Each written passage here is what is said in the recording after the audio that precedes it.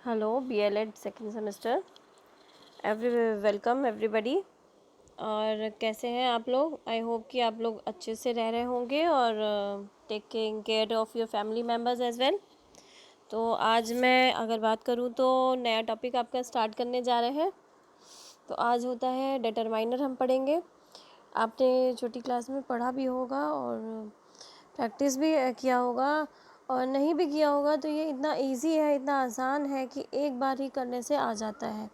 और as usual मैंने इसमें लास्ट में आपको वर्कशीट भी प्रोवाइड की है, जिसे आप फेयर आउट कर सकेंगे, अपनी कॉपी में नोट डाउन कर सकेंगे और अच्छे से प्रैक्टिस कर सकेंगे। आप यूट्यूब पे भी और भी चैनल्स देख सकते हैं अपना कॉन्सेप्ट क्लियर करने के लिए, ठीक है। उसमें मैं आपको रेफ़र करूँगी, तो आप देखिए, डियर सर ज़रूर देखिएगा, उसमें बहुत अच्छे से वो एक्सप्लेन करता है। So let's move on. तो डिटरमाइनर आज आपका नेक्स्ट चैप्टर है। डिटरमाइनर वो होते हैं जो नाउन के पहले वर्ड्स लगाए जाते हैं। नाउन के पहले ये इसलिए लगाए जाते हैं कि ये पता करने के लिए कि नाउन किसको रिफ़र कर रहा है, नाउन हमें किसकी तरफ इशारा कर रहा है, क्या बता रहा है, किसके बारे में बता रहा है।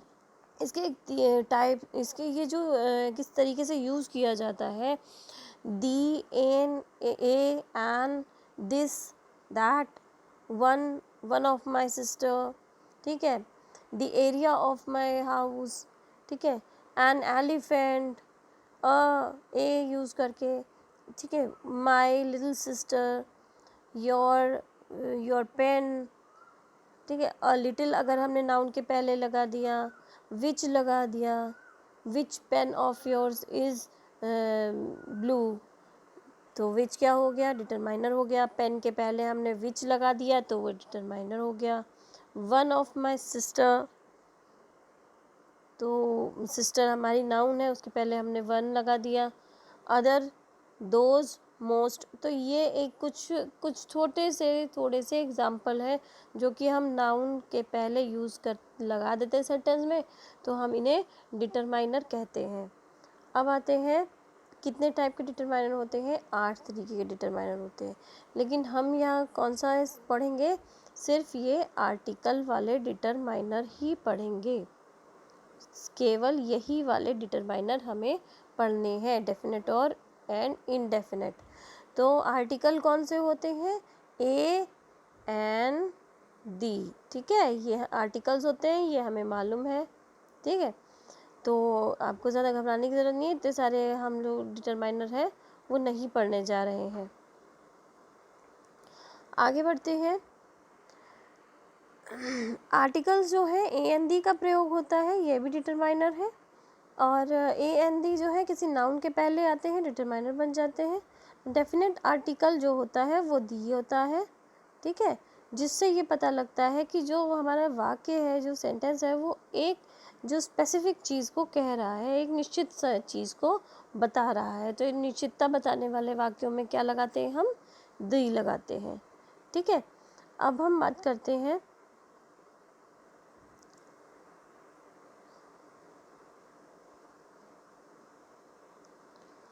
जी, यहाँ देखिए,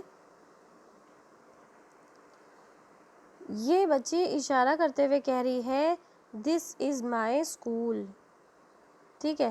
ये देखिए इस एग्जाम्पल में, तो ये अपने स्कूल की तरफ, स्कूल के पहले क्या लग गया?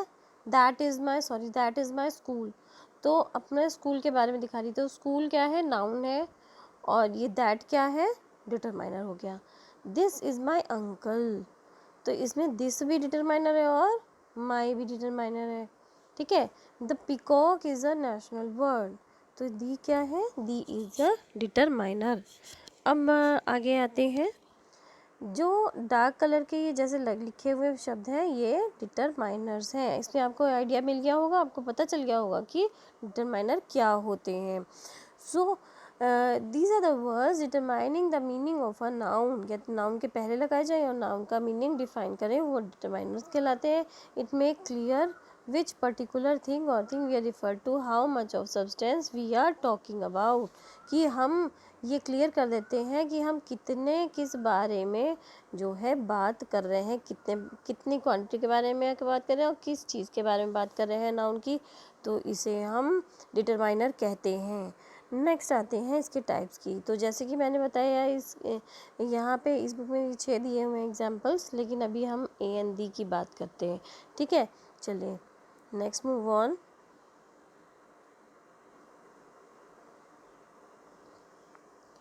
तो यहाँ पे देखिए मैंने आर्टिकल्स में लिखा है the definite article the and indefinite article जो होते हैं वो ए और एन होते हैं, वो इनडेफिनेट आर्टिकल होते हैं।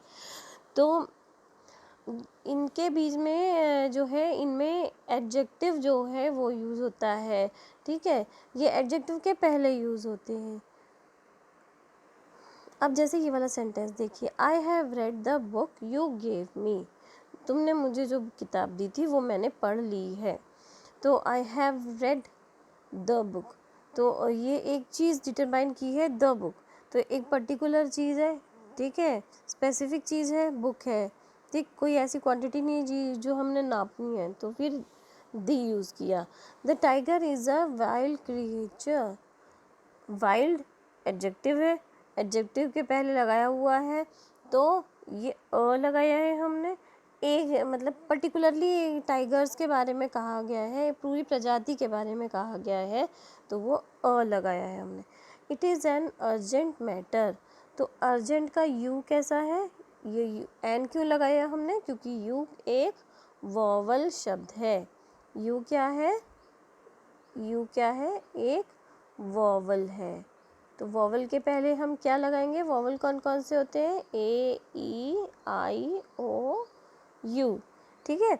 तो इनके पहले हम क्या लगाएंगे, एन लगाएंगे, ठीक है। इनके पहले जब जो भी शब्द ए से स्टार्ट होगा, ई से स्टार्ट होगा, आई से, ओ से या यू से, उसके पहले क्या हम लगाएंगे, एन लगाएंगे, ठीक है। अर्जेंट देखिए यू से स्टार्ट हो रहा था तो हमने क्या लगाया, एन लगाया। अब we use a and an before countables in singular number, हम सिंगुलर नंबर यूज़ करने के पहले ए या एन लगाते हैं जिसे हम काउंट कर सकते हैं, ठीक है। जैसे अब आगे बढ़ते हैं इस एक्सरसाइज में, देखिए we use a before a countable in the singular number beginning with the consonant sound. मैंने आपको कॉन्सोनेंट और वोवल साउंड्स बताई थी। तो कॉन्सोनेंट्स जो वो शब्द होते हैं जो वोवल के अतिरिक्त होते हैं, उन शब्दों को जैसे ए ई आई ओ यू को छोड़ के जितने भी शब्द बचते हैं, B C D F G H J K, तो ये सब जो शब्द होते हैं, जो अक्षर होते हैं वो कॉन्सोनेंट्स कहलाते हैं। तो इनके आगे हम ए लगाते हैं, ठीक है। क्या लगाते हैं, ए, अ डिबेट, अ यूरोपियन, ठीक है। यहाँ पे यूरोपियन इसलिए लिखा है, एन यूरोपियन नहीं लिखा है, क्योंकि वाई की साउंड आ रही है, ठीक है। तो आप ये गलती ना करिएगा। यहाँ पे यूनिवर्सिटी, यूनिवर्सिटी हमेशा लिखते हैं, क्योंकि यहाँ पे साउंड जो है वो यू की आ रही है, ठीक है। यू की साउंड आ रही है, वाई यू की साउंड आ रही है, इसलिए यूनिवर्सिटी। और यूरोपियन के पहले हम ए लिखते हैं, एन नहीं लिखते हैं, ठीक है। अब हम एन कहाँ लिखते हैं, we use an before a countable in the singular number beginning with the vowel sound. अब ये है, देखिए हमने बताया था कि सिंगुलर में हम यूज़ करते हैं एन, और वोवल साउंड में हम एन यूज़ ज़रूर करते हैं, जैसे an instruction, an encyclopedia, an anecdote.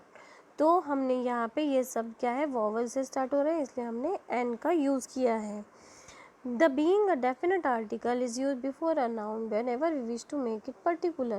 दी हम यूज़ कब करते हैं, जब हम एक पर्टिकुलर चीज़ के बारे में बताते हैं। जैसे कि मैंने आपको पहले भी बताया था कि एक पर्टिकुलर चीज़ के बारे में जब हम बात करते हैं तो उसके लिए हम दी का इस्तेमाल, द का इस्तेमाल करते हैं। The book that I read, the bad news we receive. अब दी हम कहाँ कहाँ यूज़ कर सकते हैं, दी हम काउंटेबल में भी यूज़ कर सकते हैं, अनकाउंटेबल में भी यूज़ कर सकते हैं, सिंगुलर में भी यूज़ कर सकते हैं, और प्लूरल में भी यूज़ कर सकते हैं, यानी चारों जगह पर हम दी का इस्तेमाल कर सकते हैं। Next move on. तो जो दी ऐसा वर्ड है, ऐसा डिटरमाइनर है जो हम कहीं पर भी यूज़, काउंटेबल अनकाउंटेबल में भी सब जगह यूज़ कर पा रहे हैं। अब हम देखते हैं रेपिटिशन ऑफ आर्टिकल, आर्टिकल की क्या एक सेंटेंस में रेपिटिशन हो सकती है? हाँ जी, बिल्कुल हो सकती है। हम एक सेंटेंस में कई बार उसे रिपीट कर सकते हैं, ठीक है, 2 बार रिपीट कर सकते हैं। I have a black and a white ribbon, मेरे पास एक ब्लैक है और एक वाइट रिबन है। I have a black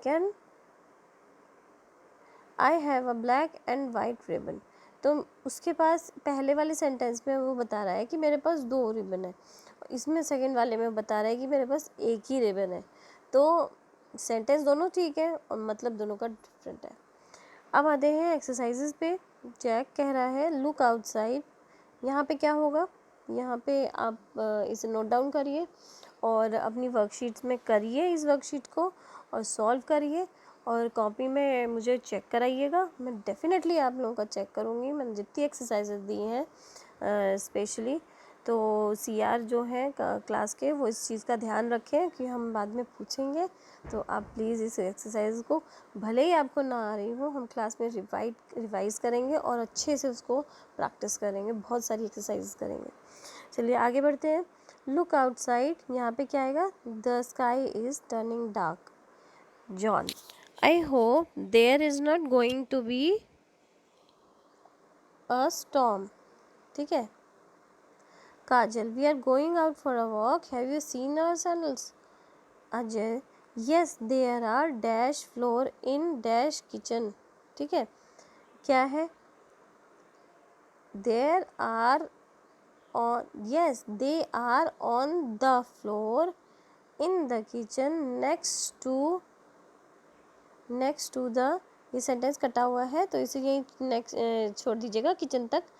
Ashraf, what guess what I found a, यहाँ पे a आएगा, 100 rupee note on the pavement of the Trump hotel, यहाँ पे, ठीक है। अब गुरमीत के सेंटेंस देखते हैं। You are to make it to the police station, you know else going to the needy person. इस तरीके से ये 3 जो एक्सरसाइज है मैंने बता दी, अब बाकी की आप करिएगा, ठीक है। आगे बढ़ते हैं। ये एक्सरसाइज है, ये शायद यही एक्सरसाइज है, मैंने थोड़ा सा क्लियर बेटर लुक के लिए, क्योंकि उसमें शायद आ नहीं रही थी पूरी, इसलिए मैंने ये दे दी थी। पजेसिव का मतलब होता है, आगे पढ़ लेते हैं हम, उसमें कोई नुकसान नहीं है कि हम आर्टिकल्स वाली ही कर रहे हैं कि पजेसिव भी कर रहे हैं। तो पजेसिव में होता है मी, पजेशन मतलब हम, मेरा, तो मेरा, तुम्हारा, ये वर्ड कौन से वर्ड बताते हैं, ये वही वर्ड बताते हैं, आवर, योर, माय, ठीक है, हिज, हर। तो ये सब वर्ड जहाँ पे यूज़ होते हैं, नाउन के पहले लग जाते हैं या एडजेक्टिव पहले लग जाते हैं, तो ये क्या बताते हैं, ये डिटरमाइनर्स बन जाते हैं और इन्हें क्या कहते हैं, पजेसिव डिटरमाइनर, ठीक है। अब यहाँ देखिए, our parents, your laptop, their project, his और her mother, I hit him on the head. तो क्या है, द क्या हो गया, डिटरमाइनर हो गया, हेड क्या हो गया, उसका पोजीशन हो गया, उसी का हेड है, उसी का सर है, उसका पोजीशन है, तो फिर वो पजेसिव डिटरमाइनर हो गया। इस चीज़ का आप बहुत ही ज़्यादा ध्यान रखिएगा। आगे बढ़ते हैं डेमोन्स्ट्रेटिव। तो डेमोन्स्ट्रेटिव मतलब, डिमॉन्स्ट्रेशन आपको पता ही है, जब कोई हम कोई एक्सपेरिमेंट करते हैं तो आपको, जैसे दिस इज़ अ पेन, तो हम दिखा रहे हैं कि एक पेन है, तो ये क्या हो रहा है, डिमॉन्स्ट्रेशन हो रहा है। डिमॉन्स्ट्रेशन मतलब बताना, दिखाना कि हाँ ये चीज़ है। तो मार्गदर्शन देना किसी डिमॉन्स्ट्रेशन के ज़रिए, वो डिमॉन्स्ट्रेटिव डिटरमाइनर बन जाता है। डिमॉन्स्ट्रेशन मतलब देखो उधर, वह यह है, वह है, इधर उधर, तो यह और वह यानी दिखाते हुए हम बता रहे हैं डिमॉन्स्ट्रेशन, तो वो डिमॉन्स्ट्रेटिव डिटरमाइनर बन जाता है। इसमें आ जाते हैं दिस, दैट, दीज, दोज, ठीक है। ये सेंटेंस से शुरू होते हैं या बीच में आ जाते हैं, नाउन के पहले आ जाते हैं, तो वो दीज, दैट, दिस डिटरमाइनर बन जाते हैं, ठीक है। आगे बढ़ते हैं। डिस्ट्रीब्यूटिव, आप डिस्ट्रीब्यूटिव भी बहुत आसान है, any of the, many of the, many, so many, अगर किसी सेंटेंस में इस्तेमाल किया जाता है तो वो डिस्ट्रीब्यूटिव डिटरमाइनर बन जाता है, ठीक है। ये देखिए, नीदर, ईच, एवरी, ईदर, तो इसमें 2 सेंटेंसेस मैं आपको यूज़ करूँगी। Either means one of the two, ठीक है। जहाँ पे ईदर वर्ड आए तो वहाँ पे इसका मतलब क्या है, इन दोनों में से एक। सो यू कैन, ठीक है, अब सेंटेंस देखते हैं। You can select either dress, यानी दो ड्रेस मैंने उनको दिखाई है और मैं इनसे कह रही हूँ कि आप इन दोनों में से एक ड्रेस सिलेक्ट कर लो, ठीक है। तो अब मैं कह रही हूँ T and food stalls had sprung up on either side of the road, ठीक है। तो either side of the road मतलब रोड के दोनों तरफ, ठीक है, आ गया है। नीदर मतलब दोनों में से एक, नीदर, ईदर का अपोजिट नीदर होता है, ठीक है। नीदर मतलब दोनों में, नीदर मतलब दोनों में से नहीं, सॉरी, नीदर मीन्स दोनों में से कोई नहीं, तो नन ऑफ दीज, तो नीदर अपोजिट है ईदर के, ओके। अब हम आते हैं, neither of these pens work properly, इन दोनों में से कोई भी पेन जो है वो सही से काम ही नहीं कर रहा है। और मैंने, आई टुक नीदर साइड, मैंने किसी की तरफ नहीं ली, मैंने तरफदारी नहीं की। फिर आता है ईच एंड एवरी, तो ईच एंड एवरी मतलब we use each when we think of a person or thing separately one by one, we use each, यानी कि हम उस हर चीज़ का प्रयोग करते हैं जब हम उस व्यक्ति के बारे में सेपरेटली बात करते हैं या सोचते हैं। अब अगला सेंटेंस है, invite each child to our home, हर एक बच्चे को घर पे बुलाना है, बुलाइए। तो ईच मतलब हर एक, ईच वन ऑफ यू, जैसे हम कहते हैं नहीं, each one of you needs to complete his her homework on time, तो each one of you is required to complete this work by tomorrow, तो ईच मतलब हर एक, ठीक है, इतना क्लियर है। आगे बढ़ते हैं, ये क्वांटिफायर्स वगैरह सब हम कल करेंगे, ठीक है। ये भी हम कल करेंगे। थोड़ी सी एक्सरसाइज कर लेते हैं। What sort of a man is he? The train, ये मैंने कर रखी है आपके लिए, तो इसे आप देख लीजिए, ये एक्सरसाइजेज हैं, कॉपी डाउन कर लीजिए इसको और देखिएगा कि this will be very useful for you, ठीक है। What sort of a man he is? The train left half an hour ago. The Nile flows into the Mediterranean. Sunshine is necessary for a good health. God made the country and man made the town. Life is not always a bed of roses. He is the only son of his parents. To be or not to be, that is the question. Only the sky is the limit, ये कुछ ऐसे important words हैं जो आपके exam में आ सकते हैं और ये इसी फॉर्म में क्वेश्चंस आते हैं कि fill in the blanks with particular article determiners, ठीक है। तो आर्टिकल्स वाले डिटरमाइनर ये हैं। अब ये मैं क्वांटिफायर वाले दिखा देती हूँ, क्वांटिटी वाले। तो some students in the class, neither side is won the match, the girls were given 2 pens each, ठीक है। ये वाला सेंटेंस देखिए, ये इंपॉर्टेंट है। Neither of the projects was selected, यानी दोनों में से किसी का भी प्रोजेक्ट सिलेक्ट ही नहीं किया गया है।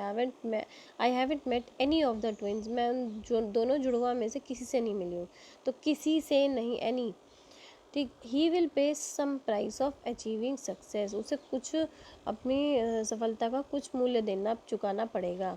तो इस तरीके से ये सेंटेंस है। इसमें मैं ये चाहती हूँ कि आप ये ए वाले ज़रूर से कॉपी कर लें, ठीक है।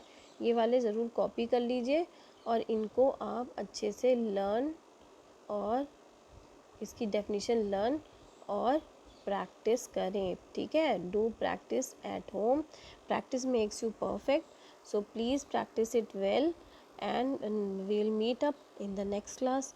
Till then, take care, bye.